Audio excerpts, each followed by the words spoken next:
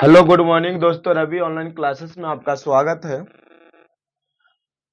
हम लोग इस वीडियो में देखेंगे ट्रांसफार्मर बाइंडिंग का विभिन्न परीक्षा में पूछे गए प्रश्न। पहला क्वेश्चन है, ट्रांसफार्मर किस प्रकार की युक्ति होती है। दोस्तों, ट्रांसफार्मर स्थैतिक विद्युत चुम्बकीय युक्ति है।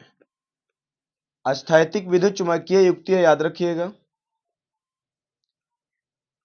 ट्रांसफार्मर बाइंडिंग के प्रकार: निम्न वोल्टेज बाइंडिंग होता है, उच्च वोल्टेज बाइंडिंग होता है। देखिए, निम्न वोल्टेज बाइंडिंग आयताकार चालक के साथ प्रयोग किया जाता है। निम्न वोल्टेज का प्रयोग जो होता है, निम्न वोल्टेज का प्रयोग आयताकार चालक के प्रयोग में किया जाता है और वृत्ताकार चालक के साथ उच्च वोल्टेज बाइंडिंग का प्रयोग किया जाता है। यह वृत्ताकार के लिए, यह आयताकार के लिए प्रयोग किया जाता है। तृतीय बाइंडिंग जो होता है मध्य वोल्टेज बाइंडिंग होता है। उपयुक्त डी तीनों यहाँ पे बाइंडिंग के प्रकार है ट्रांसफार्मर का। तृतीयक बाइंडिंग का प्रयोग किया जाता है।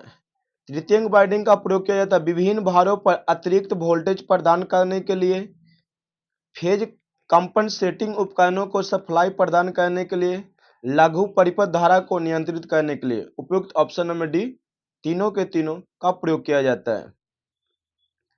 तृतीयक बाइंडिंग की वोल्टेज रेटिंग निम्न तथा उच्च वोल्टेज बाइंडिंग की वोल्टेज रेटिंग की तुलना में होती है। तो निम्न वोल्टेज तथा उच्च वोल्टेज बाइंडिंग रेटिंग के मध्य।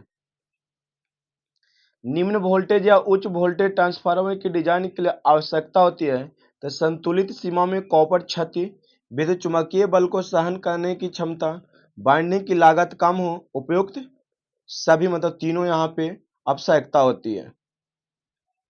बाइंडिंग डिजाइन के लिए इनपुट डाटा का प्रयोग किया जाता है। तो ट्रांसफार्मर को रेटिंग केवीए में या वोल्टेज केवीए में मापा जाता है। बाइंडिंग कनेक्शन तथा प्रति टन विद्युत वाहक बल होता है। कोर व विंडो में मुख्य डायमेंशन होता है। उपयुक्त सभी। ट्रांसफार्मर की बाइंडिंग डिजाइन में किस महत्वपूर्ण बिंदु का ध्यान रखना चाहिए। तो उच्च विद्युतीय गुणवत्ता होना चाहिए, उत्तम आंतरिक सदृढ़ता होना चाहिए, उत्तम वेंटिलेशन होना चाहिए। उपयुक्त सभी, इस सभी बिंदुओं पर ध्यान देना चाहिए। सिलेंड्रिकल बाइंडिंग का प्रयोग किया जाता है। देखिए, यहाँ पे आयताकार चालक के साथ कहेगा तो निम्न वोल्टेज बाइंडिंग, और वृत्ताकार कहेगा तो वृत्ताकार चालक के साथ होगा। सिलेंड्रिकल बाइंडिंग वृत्ताकार चालक के साथ प्रयोग किया जाता है। उच्च वोल्टेज बाइंडिंग के लिए याद रखिएगा। क्रॉस ओवर बाइंडिंग का प्रयोग किया जाता है। क्रॉस बाइंडिंग का प्रयोग किया जाता है उच्च वोल्टेज बाइंडिंग के लिए। सतत डिस्क कॉइल प्रकार की बाइंडिंग का प्रयोग किया जाता है। सतत डिस्क कॉइल प्रकार के बाइंडिंग का प्रयोग किया जाता है उच्च वोल्टेज बाइंडिंग के लिए। हेलिकल बाइंडिंग का प्रयोग किया जाता है। हेलिकल बाइंडिंग का प्रयोग किया जाता है निम्न वोल्टेज बाइंडिंग के लिए, याद रखना।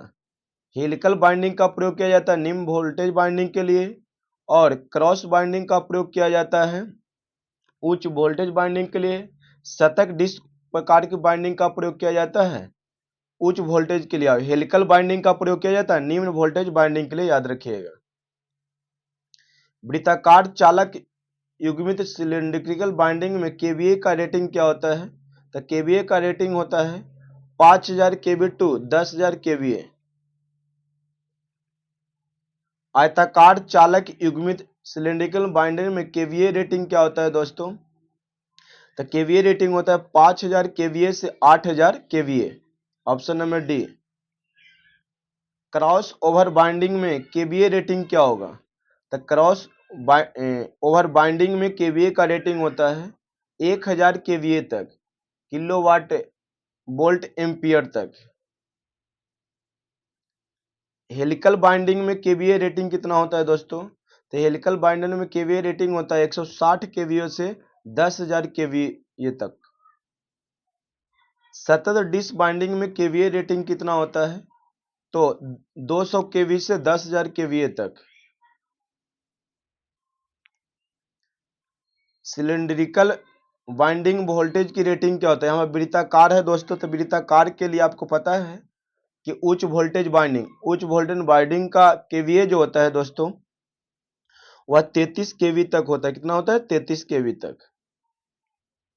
आयताकार चालक युक्त सिलेंडर बाइंडिंग में वोल्टेज रेटिंग कितना होता है? तो 6.6 केवी तक, याद रखिएगा। क्रॉस ओवर बाइंडिंग में वोल्टेज रेटिंग कितनी होती है दोस्तों? तो 20 का 33 केवी हो जाएगा, 33 केवी। हेलिकल बाइंडिंग में वोल्टेज रेटिंग कितनी होती है? तो हेलिकल बाइंडिंग में रेटिंग जो होता है ना, वो 15 केवी तक, कुछ समय 33 केवी तक भी होता है। सतत डिस्क बाइंडिंग में वोल्टेज रेटिंग कितना होता है? तो सतत डिस्क बाइंडिंग में वोल्टेज रेटिंग जो होता है दोस्तों, वह होता है 3.3 केवी से 220 केवी तक। वृत्ताकार चालक युक्त सिलिंड्रिकल बाइंडिंग में प्रति चालक अधिकतम धारा कितनी होती है दोस्तों? तो 800 एम्पियर तक। आयताकार चालक युक्त सिलिंड्रिकल बाइंडिंग में प्रति चालक अधिकतम धारा कितनी होती है? तो 10 से 600 एम्पियर तक होती है। क्रॉस ओवर बाइंडिंग में प्रति चालक अधिकतम धारा कितनी होती है? तो 40 एम्पियर तक। क्रॉस ओवर बाइंडिंग में प्रति चालक अधिकतम धारा कितनी होती है? तो 40 एम्पियर तक। हेलिकल बाइंडिंग में प्रति चालक अधिकतम धारा कितनी होती है? तो 300 एम्पियर तक, याद रखिएगा, या इससे अधिक। हेलिकल बाइंडिंग में प्रति चालक अधिकतम धारा कितनी होती है? तो 300 एम्पियर से अधिक, याद रखिएगा। सतत डिस्क बाइंडिंग में प्रति चालक अधिकतम धारा कितनी होती है? सतत डिस्क बाइंडिंग में प्रति चालक अधिकतम धारा कितनी होती है? तो सतत डिस्क बाइंडिंग में प्रति चालक अधिकतम धारा 12 एम्पियर या इससे अधिक होती है। वृत्ताकार चालक युक्त सिलिंड्रिकल बाइंडिंग में चालक का क्रॉस सेक्शन कितना होता है? तो 30 मिलीमीटर स्क्वायर तक। आयताकार चालक युक्त सिलिंड्रिकल बाइंडिंग में चालक का क्रॉस सेक्शन कितना होता है? तो 5 से 200 मिलीमीटर स्क्वायर तक। क्रॉस ओवर बाइंडिंग में चालक का क्रॉस सेक्शन कितना होता है? तो 15 स्क्वायर तक। 75 से 100 स्क्वायर तक, इससे अधिक क्रॉस सेक्शन किस प्रकार का होता है दोस्तों?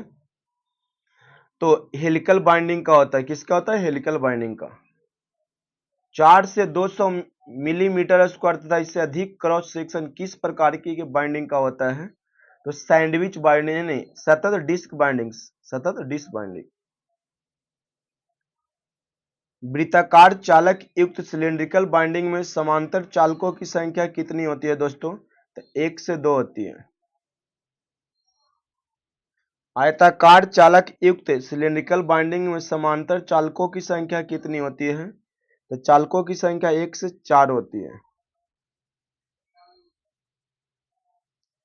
क्रॉस ओवर बाइंडिंग में समांतर चालकों की संख्या कितनी होती है? तो 1। हेलिकल बाइंडिंग में समांतर चालकों की संख्या कितनी होती है? तो 4 से 16। सतत डिस्क बाइंडिंग में समांतर चालकों की संख्या कितनी होती है? तो सतत डिस्क में बाइंडिंग की संख्या भी 1 से 4 होती है, याद रखिएगा। इस प्रकार ये हमारे ट्रांसफार्मर बाइंडिंग में से पूछे गए सभी प्रश्न को कराया